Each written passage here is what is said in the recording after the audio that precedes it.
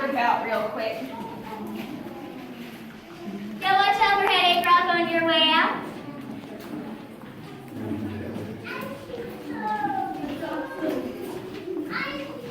Watch your heads, please.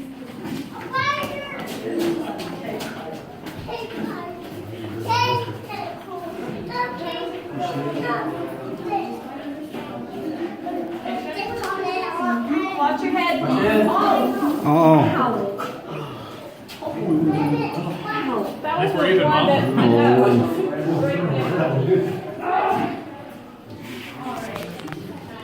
So it is 52 degrees in here year round. The water temperature ranges from about 42 to 70 degrees, and we do have fish in here. We have brown trout, rainbow trout, and speckled trout. They're all partially or totally blind due to spending most of their lives in total darkness. We'll demonstrate total darkness for y'all later on in the tour. These fish were actually the reason why these caverns were discovered. In 1822, there was 2 fishermen outside. They noticed the fish swimming in and out of the mountain, so they just followed them in here through a hole about where the door is now. So you might see some to our left as we're passing by. Just make sure you watch your heads again. Be in there. Probably see some over here. We'll head this way.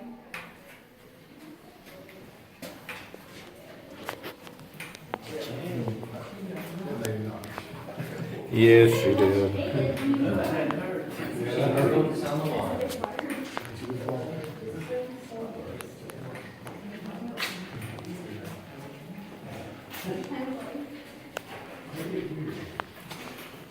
One time being short is to my advantage. Thank you.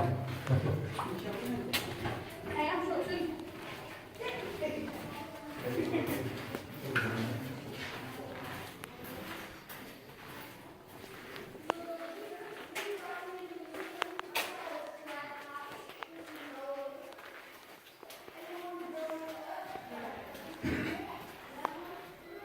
Alright, so we have 3 levels to these caverns in here.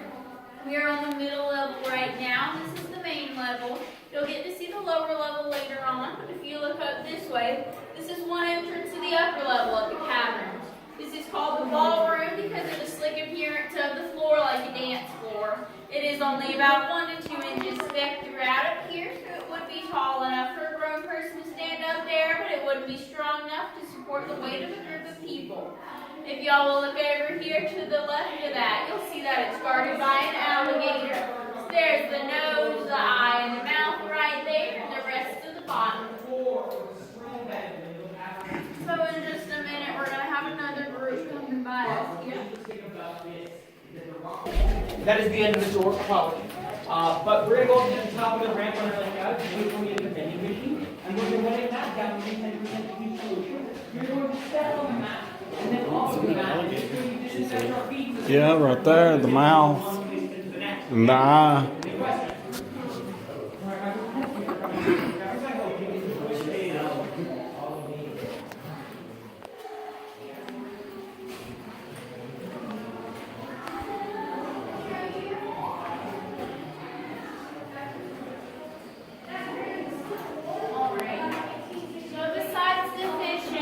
We also do have centipedes, millipedes, cave crickets, salamanders, spiders, crawdads, and we do get bats in here.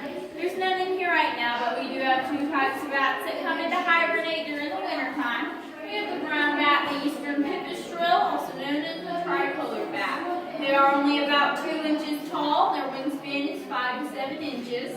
Our bats do have the white nose syndrome. This is a fungus that grows on them while they hibernate. It irritates them and causes them to wake from hibernation. There's no available food for them in the winter time, so they actually end up starving. Last year we only had about 7 bats in here due to this, and in years past we did used to have hundreds in here.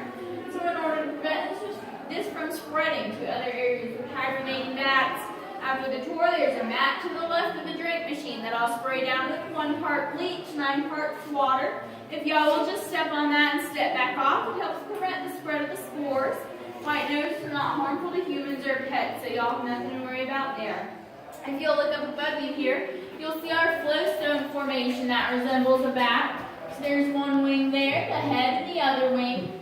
And then since we don't have any real bats in the caverns right now over there, we have a Wallyba Walmart bat. Alright, so we'll head this way, just watch your step, please. Walmart back over there in the corner.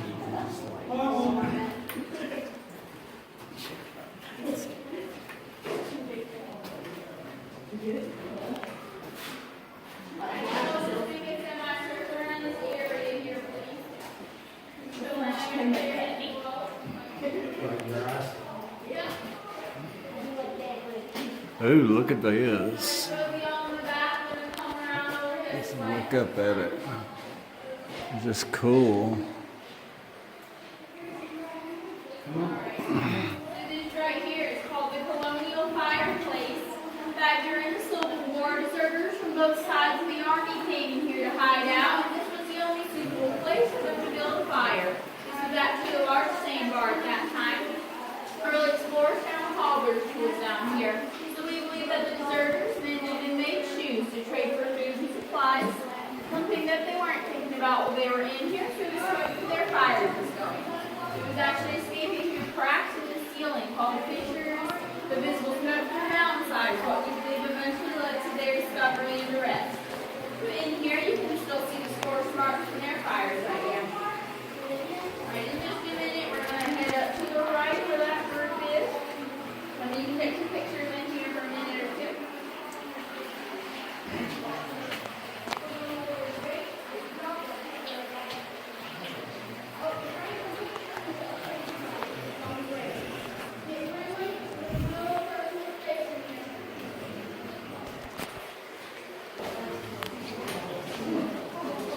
Alright, make sure where you're walking. Some people look down, but you look up. Or people look up. The rocks are right there.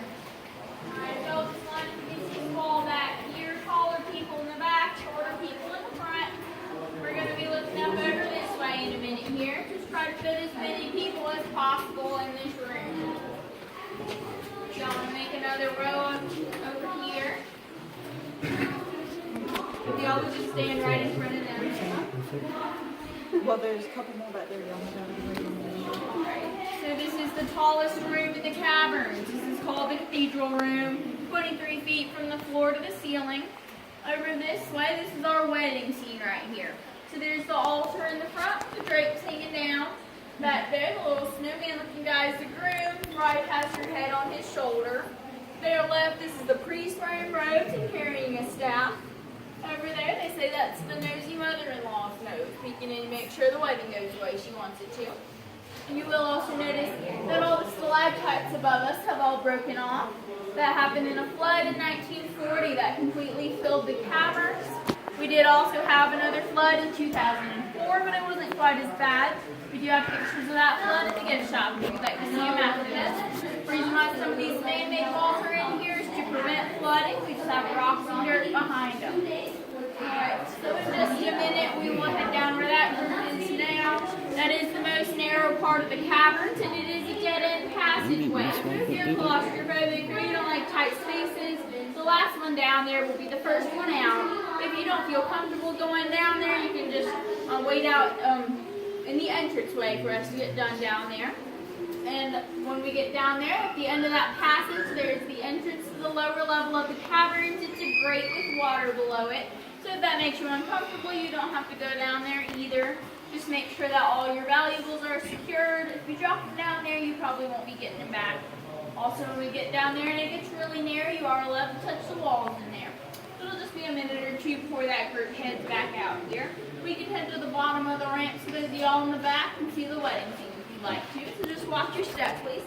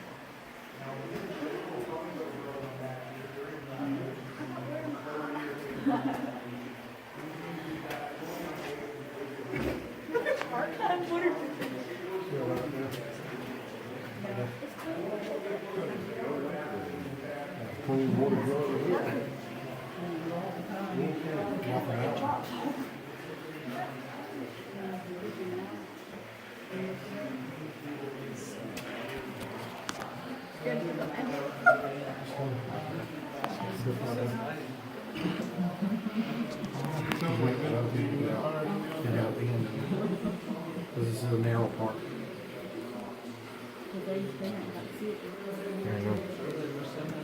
No rats.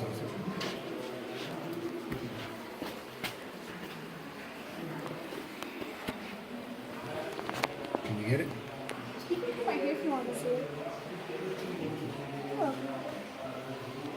Didn't hurt that standing up like you're standing. Yeah.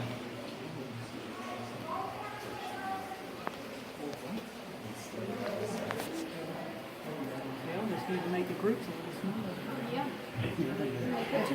I just got splashed. Yeah, we got Water one jumping all over and a you. drop went right in my eye. She was sitting like this the whole time.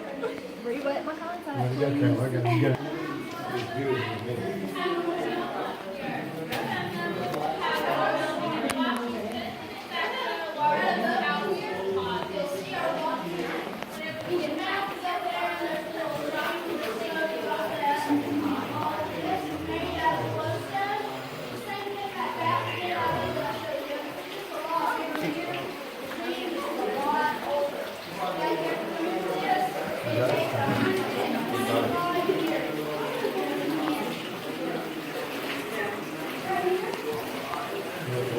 Ooh, yeah, that's pretty.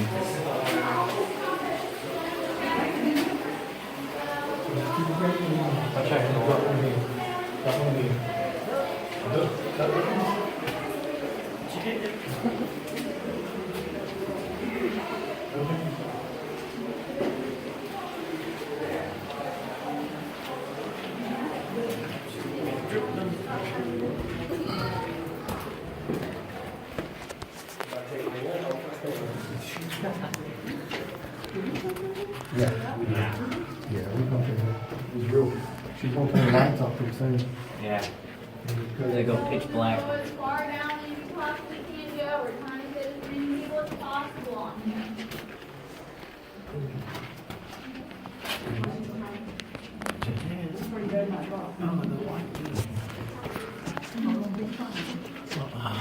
I want to go as far as you can.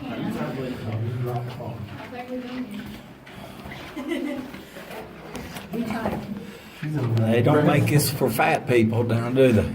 Alright, so below us, this is the entrance to the lower level of the caverns. This is called Bottomless Pool. It gets the name in the 1930s. Some workers dropped a 250-foot weighted cable down here. They never found the bottom, so we're not sure exactly how deep it goes. We did also have 2 divers go down here in 2005, just about 15 feet. Got too narrow for them, so they just had to come back up. We do have pictures of them as well. And if you look all the way back there behind y'all, that is some of the oldest rock in the caverns. This is called spongework rock. We call that the boneyard. You'll also notice over here these stalactites hanging down right there. Excuse me. These are called draperies, and some people say that they look like dried tobacco leaves. All right, so we'll head back out to the entranceway whenever y'all are ready. If there's y'all in the back, we just turn around and head back out.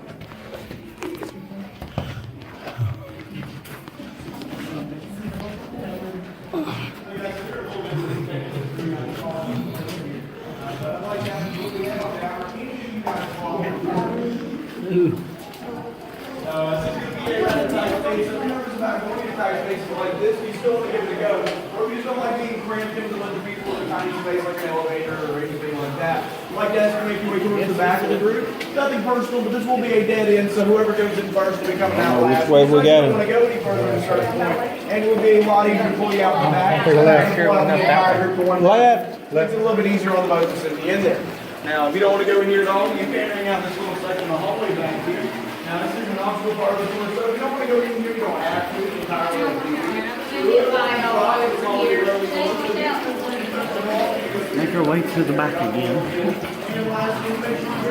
No, we get up. Yeah, we didn't get to see that part.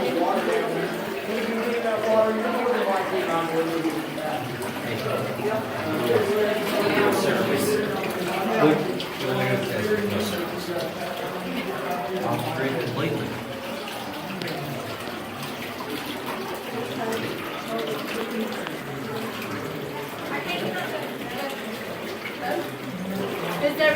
out of there?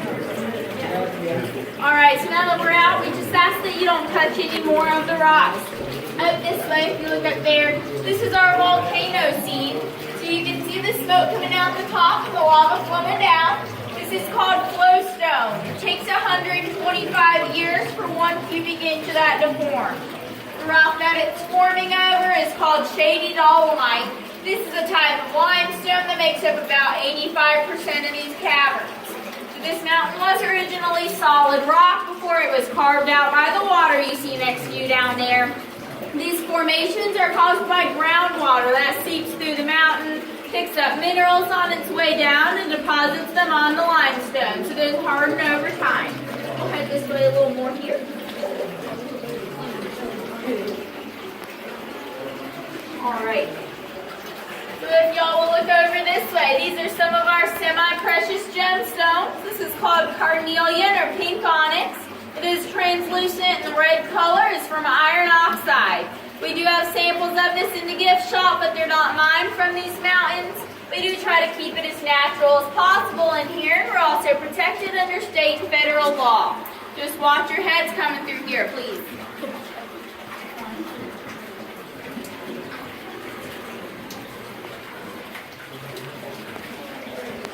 Back over to the left when you get in here. We'll look up on that wall here so it is easier to see from this side over here.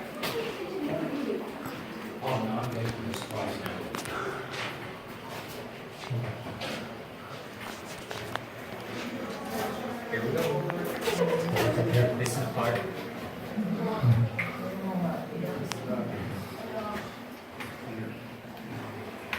Alright, if y'all just want to stay over to the left when you get in here, we'll be looking up on that wall.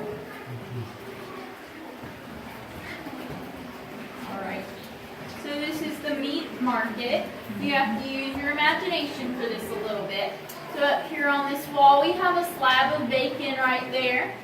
There's a country ham over there in the corner. We have some fish hanging down up there above the bacon. There's a chicken liver over there, and we have some pickled pig's ears up here. I don't know who comes up with this stuff, but I think they were hungry when they were walking through here. We're going to head this way. Just watch your heads again, please.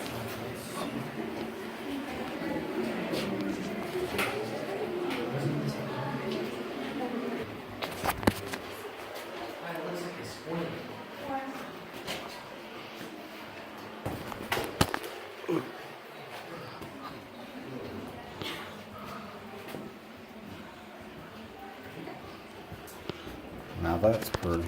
Alright, Pretty so and this green. is the largest stalactite that we have in the caverns. The green color is algae. It's caused by the moisture and the heat from the artificial light. We call this formation the guess what rock because everybody has a different opinion on what it looks like. So does anybody here have any opinions? Pickle. Cucumber. That's a good one too. What is it? Oh, a bowling pin. Okay, I see that. Georgia Bush. I don't know if I see that or not. I want you to look over this way behind y'all there. That is our largest flowstone formation that we have in here. This is called Frozen Niagara. So you can imagine just how old it is if it takes 125 years for 1 cubic inch of that to form. Alright, we're going to head around this corner here. Please just watch your heads again.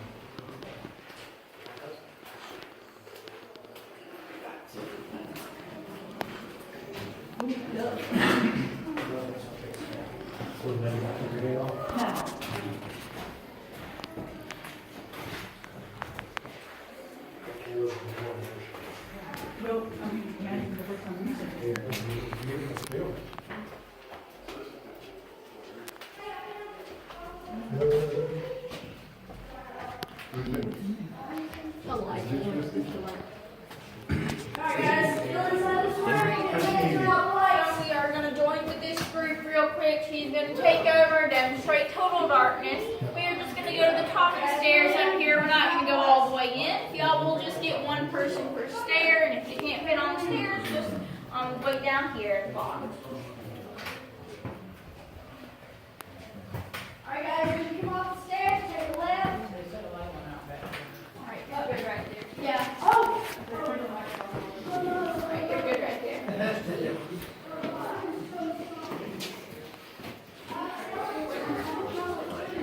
Oh, there was? But you got it on it.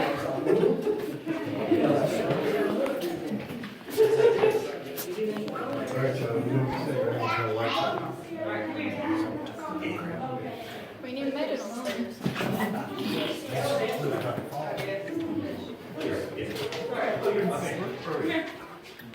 Sorry, there was people. Yeah, sorry. Alright, stay right there. Alright, for Helen's group, I'm Dreamer. I'll take over real quick. If you have anything that gives off light, like a camera, cell phone, glowing personality, nobody can see it, no bright ideas. If you could just cut off your phone screen there real quick for me, I appreciate it. If you want to take a picture with the dark, just cover your screen and get the same picture. This lantern here is to show you what early cave explorers used about 100 years ago. There were no tour guides, no flashlights, the walkways were not here. They waded in water ankle to waist deep, and it was 40 degrees. It was very hard. But sometimes cave explorers would come in here and drop their lantern, and this right here is what it would. This is what it would look like. This is 100% darkness. Your eyes will never adjust. Doctors say it takes 3 months in darkness like this to go completely blind. But that's okay. Psychologists say just about 2 weeks you'll be crazy anyway. 2 places in the whole world you can naturally find darkness this pure, this dark. One is underground like we are now, a little over half a mile and 700 feet from the door. No light can get in here. The other one's at the bottom of the ocean, but they're closed today. If you guys are ready for me to turn the lights back on, raise your right hand. It's like I see a little red. Alright, if y'all just slide over to the right, please. Not that tall.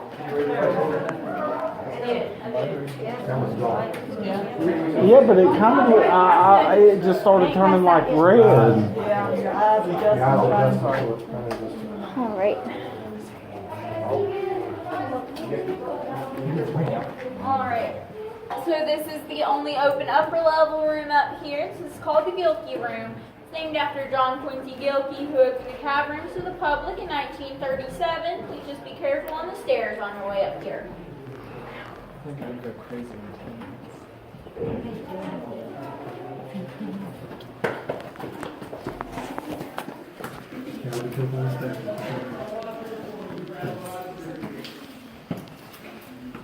You white?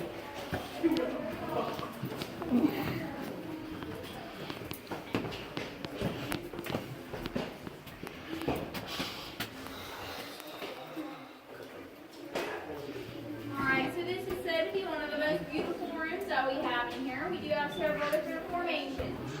So if you look down there to your left, that grayish brown rock that looks like ground beef is called cave coral. This is calcite crystals that form at the bottom of those drift pools there. The snake-like rock around it is called rimstone. It's said to be perfectly level. We also do have stalactites coming down and stalagmites growing up from the ground. So they can grow together like this right here to form a column or a pillar. You'll also notice the variety of colors in this room. This is caused by the different minerals. The red is iron oxide, brown's manganese, white's calcium, green is 25% copper, 75% plant life, and blue is zinc or cobalt. There are some more stairs down this way. Just watch your step on the way down. It's not me. I like how you immediately. I'm not even the triggers.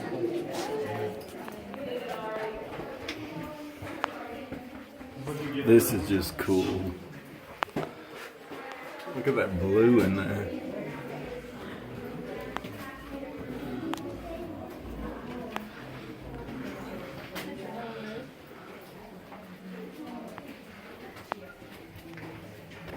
Okay, so the room we're about to head through here in a second is known as the Gilkey Room. This is named after John Quincy Gilkey. The man who opened this tavern up to the public back in 1937. So if you only set up a little room here in the back,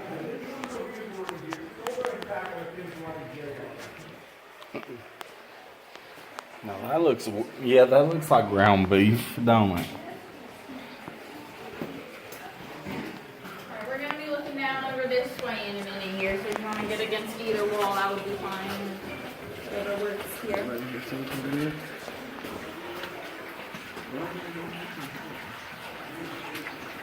Alright, so this is as far back in the caverns as the tours go. They have been explored another several hundred feet back past here.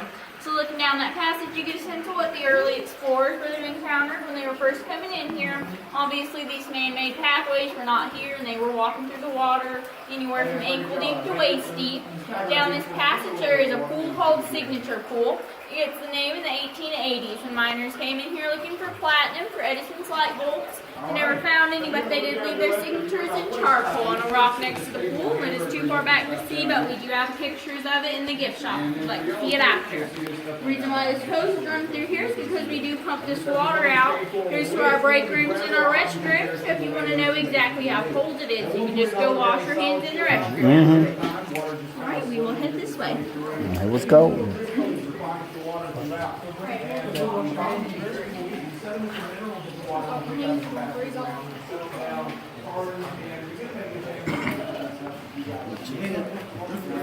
Yeah, don't let me bump it.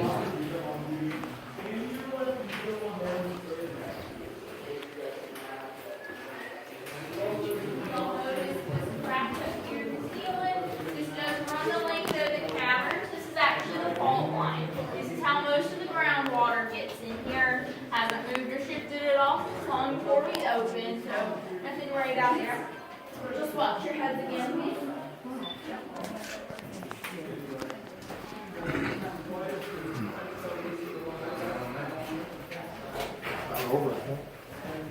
That'd be my luck. That fault line would slip. Alright, we are going to have a group passing by us in here. Please stay to your right. Watch your head. I'm not sure about that.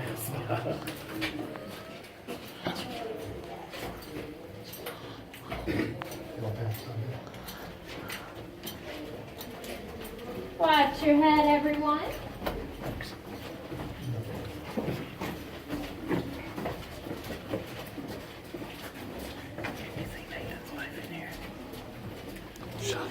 Well, don't come up. What if I post this on?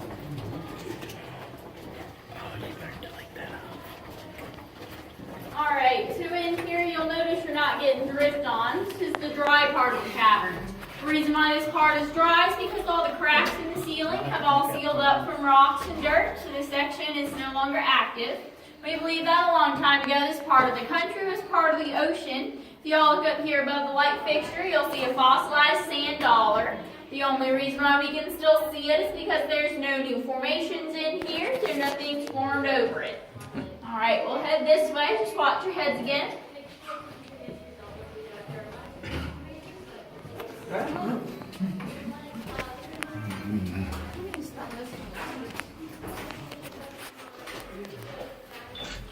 What number are you at? 23? 29.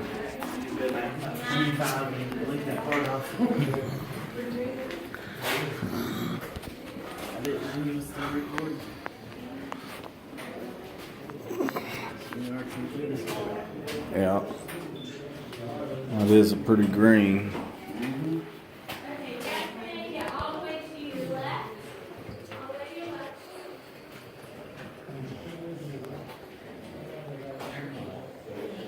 Okay, guys, we're going to have a group pass by us, so if you can come in and get all the way to your left, please.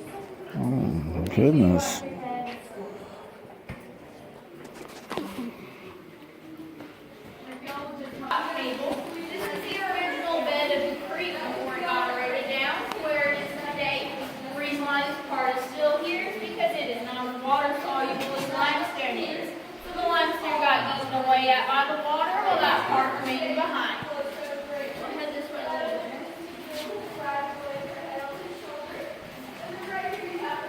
That looks perfectly flat too, don't it? Notice on your left hand, you have to buy a turf home shelter. Just watch your heads again, please.